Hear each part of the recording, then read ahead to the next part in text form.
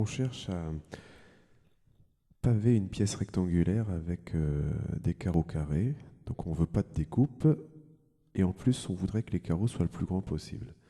Alors pas de découpe, ça veut dire qu'on doit chercher en fait un diviseur commun de la largeur et de la longueur de la pièce. Et comme le carreau doit être le plus grand possible, eh bien on cherche finalement le PGCD. Donc voici ce qu'on avait étudié en classe. On va chercher en fait le plus grand carreau qu'on puisse mettre dans ce rectangle au départ. Donc là, c'est un carreau de 117 par 117. Même question avec ce qui reste. Encore un carreau de 117 par 117. Et on note au passage la soustraction qu'on a effectuée. Il reste un rectangle ici de 117 par 39. Le plus grand qu'on puisse mettre ici, c'est un carré de 39 par 39. Deuxième soustraction. Voilà votre carré. Il nous reste un rectangle de 78 par 39.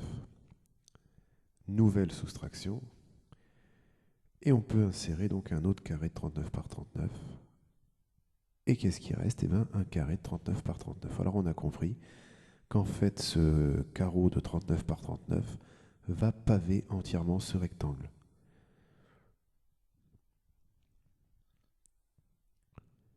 Donc si on résume les opérations qu'on a effectuées, donc on a effectué un certain nombre de soustractions pour arriver à ce résultat. Donc ici, 117 moins 39, 78. Il nous reste là-haut, pour trouver les dimensions du carré, 78 moins 39 égale 39 et 39 moins 39 égale 0. On ne va pas aller plus loin. En fait, ce qu'on a fait là, c'est qu'on a répété le même procédé de calcul avec une condition d'arrêt. On a créé ce qu'on appelle un algorithme. Et ici, donc, comme on fait que des soustractions, c'est l'algorithme des différences.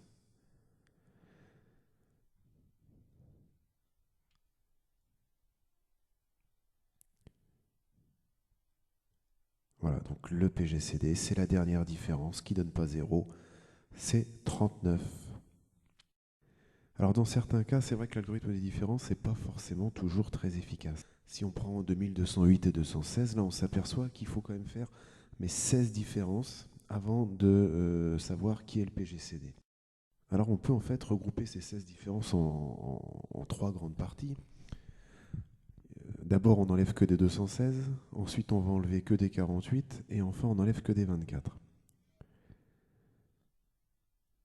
Alors des 216, en fait on en enlève 10 fois.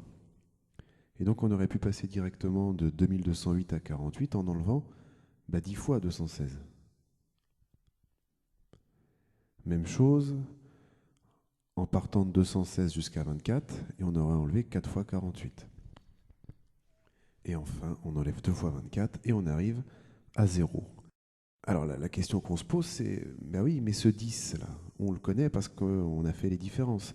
Comment est-ce qu'on pourrait le trouver sans faire au préalable toutes les différences? Alors on va réécrire les trois égalités d'une autre façon, qui doivent nous permettre de reconnaître en fait, trois fois la division euclidienne. La première ligne, en fait, c'est la division euclidienne de 2208 par 216.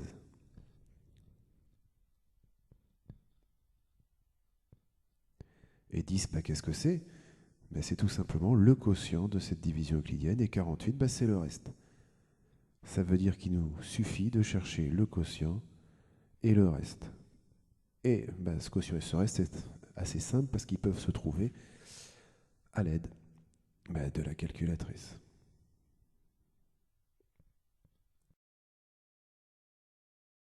Alors, petite parenthèse avec la calculatrice, comment est-ce qu'on fait pour trouver le quotient et le reste? On va utiliser la touche diviser.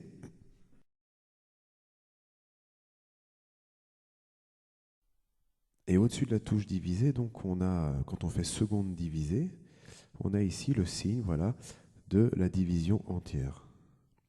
Donc on fait seconde divisée, on met 216, on appuie sur Entrée, et la calculatrice nous donne le quotient et le reste.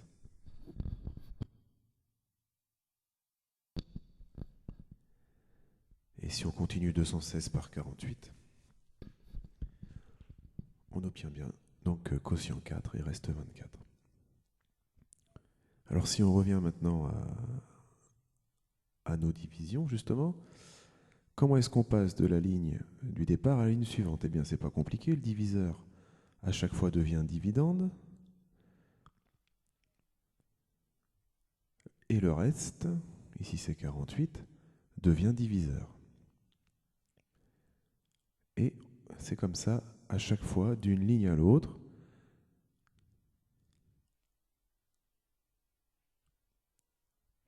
Alors quand est-ce qu'on s'arrête? La condition d'arrêt est toujours la même ici. On va s'arrêter lorsque le dernier reste est nul, comme c'est le cas ici. Et le PGCD, alors où est-ce qu'on le lit? Eh bien c'est le dernier reste non nul. Donc ici, c'est 24.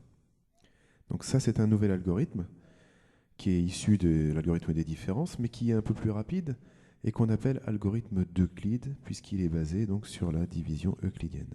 À noter qu'on retrouve en vert les 16 opérations qu'on aurait dû faire dans l'algorithme des différences. Alors, utilisation du tableur maintenant.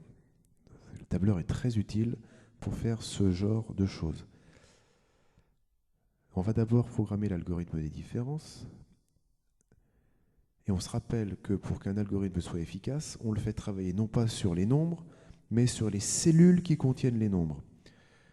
Ce qui fait que lorsqu'on changera les nombres des cellules, eh bien, le tableur adaptera directement le résultat. Dans la cellule A2, on veut le plus grand entre 1528 et 1828, c'est le max. Et donc ici, on voudra le plus petit des deux, qu'on appelle le min. On appuie sur Entrée. Et là, mon tableur, il est programmé.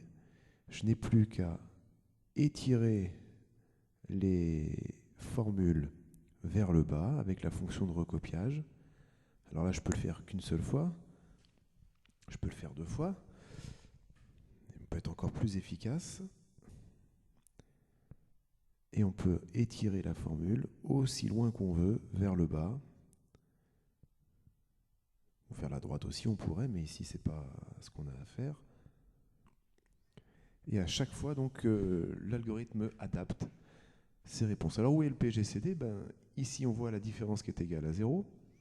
Nous, on se serait arrêté, mais le logiciel continue parce qu'on ne lui a pas demandé de s'arrêter.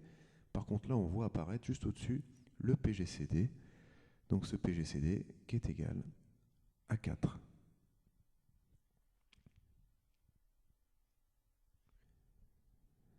Gros avantage, une fois qu'on a fait la programmation, c'est que maintenant, on peut changer uniquement les nombres de départ. Donc, avec 456 et 248, on appuie sur Entrée et on trouve bien 8 comme PGCD.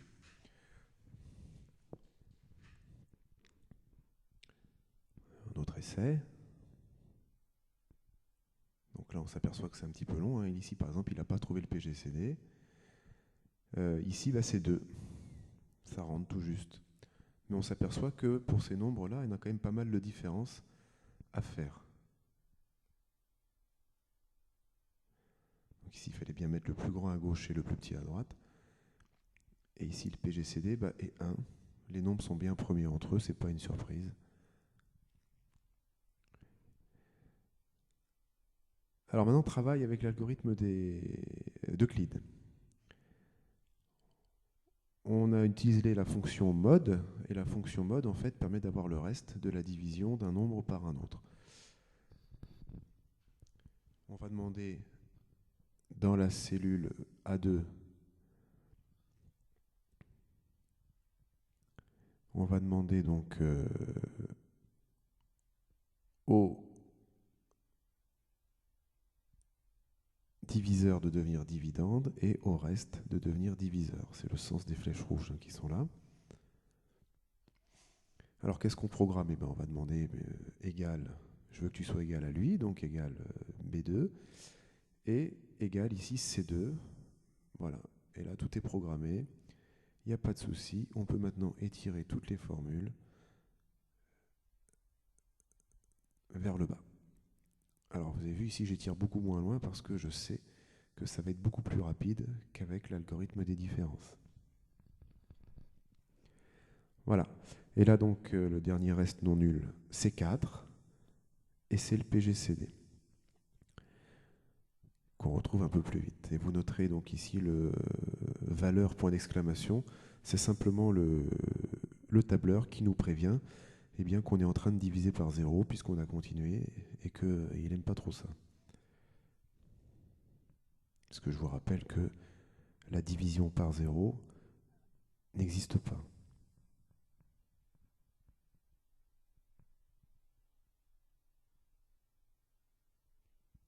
Donc voilà, à nouveau quelques essais. Juste pour noter que eh bien, c'est un algorithme qui converge très très vite. Bien souvent, en 4-5 étapes maximum, on a un PGCD, quelle que soit la taille des nombres choisis au départ.